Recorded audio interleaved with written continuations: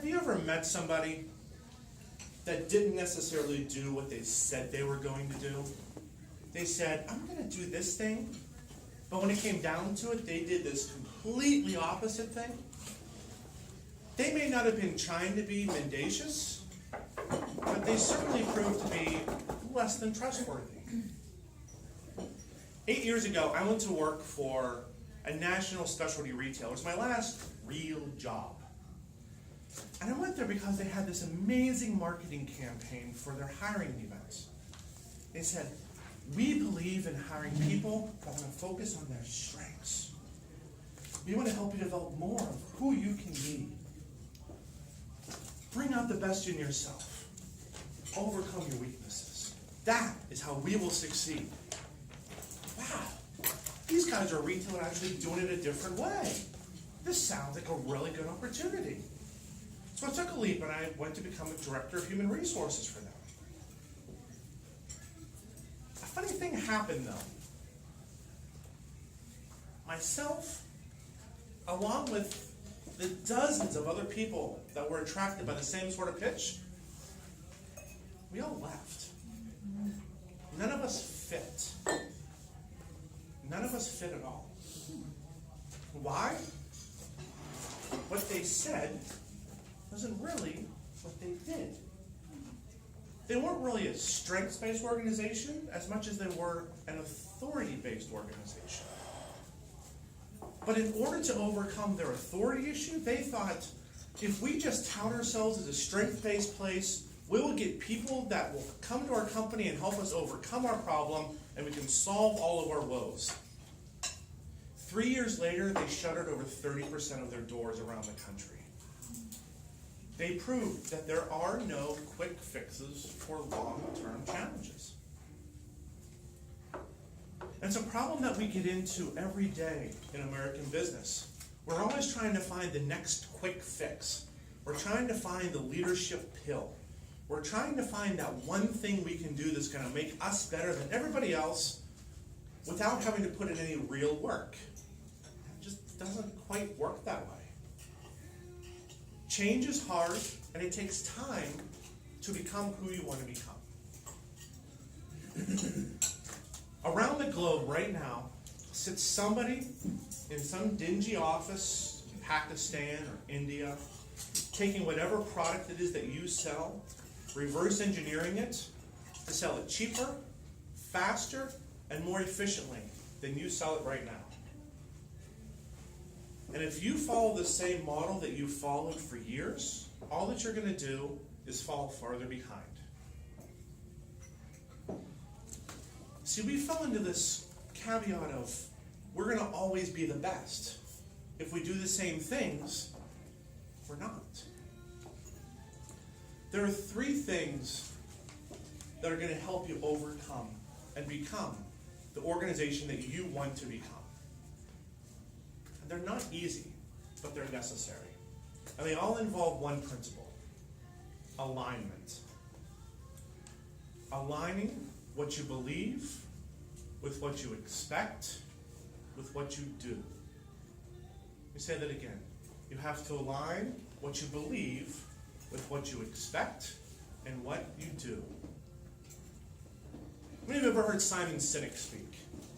He talks about the power of why.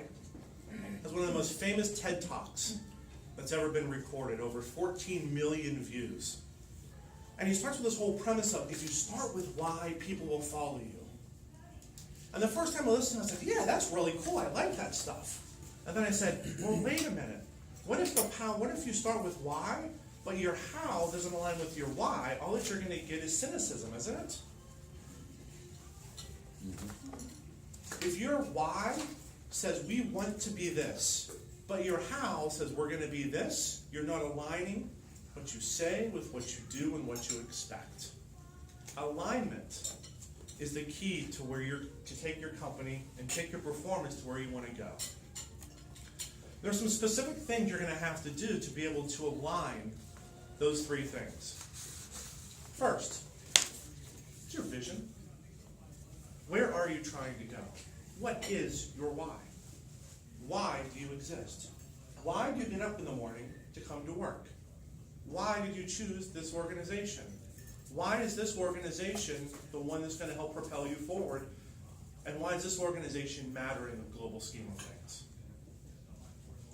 Once you have your vision and you can crystallize your vision so every person in the room can visually see this is why we exist, then you can start to work on your what. What is it that we are going to do? What is it we are going to do? What are we going to make? What are we going to expect? Here's the big thing with expectations. You get what you measure. If you ever worked for a company that measured something different from what they expected, anybody ever worked for a call center?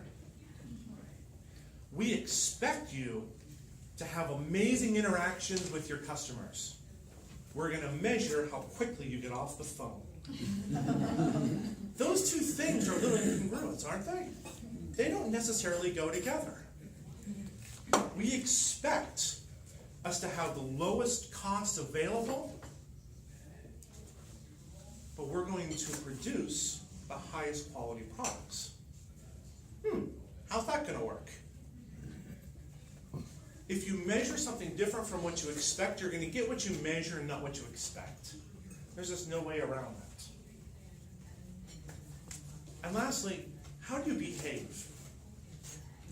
Think about the places that you go on a regular basis. Think about where you chose to come to Toastmasters. Did you choose a Toastmaster club that behaves in a way that is aligned with what you believe? Or did you choose one that behaves in a matter of where you're trying to go? Or worse, did you in particular choose a club that behaves in a manner completely different from who you are and hoping that they'll help you become somebody different? How you behave determines how others will follow. Now, as leaders, all of us behave in specific ways. Some of us are engaging, some of us are effervescent, some of us are charismatic, some of us are logical, some of us are clueless. What you do as a leader will be what is followed by the people behind you. Whatever you do, you're going to always be on stage. You're going to be the one that role models everything else for your organization. If your behavior is one that you don't know where you're going, the rest of your organization won't know where they're going. If you're a yeller, anybody here ever worked for a yeller? Come on, we've all worked for a yeller at some point. Was that not a behavior that was then mimicked by other people in the organization because now they thought they had the right to yell? That doesn't help you get to where you're trying to go. There are no quick fixes for long-term solutions. Align who you are, what you do, what you believe. That'll take you to a bit of win in the future.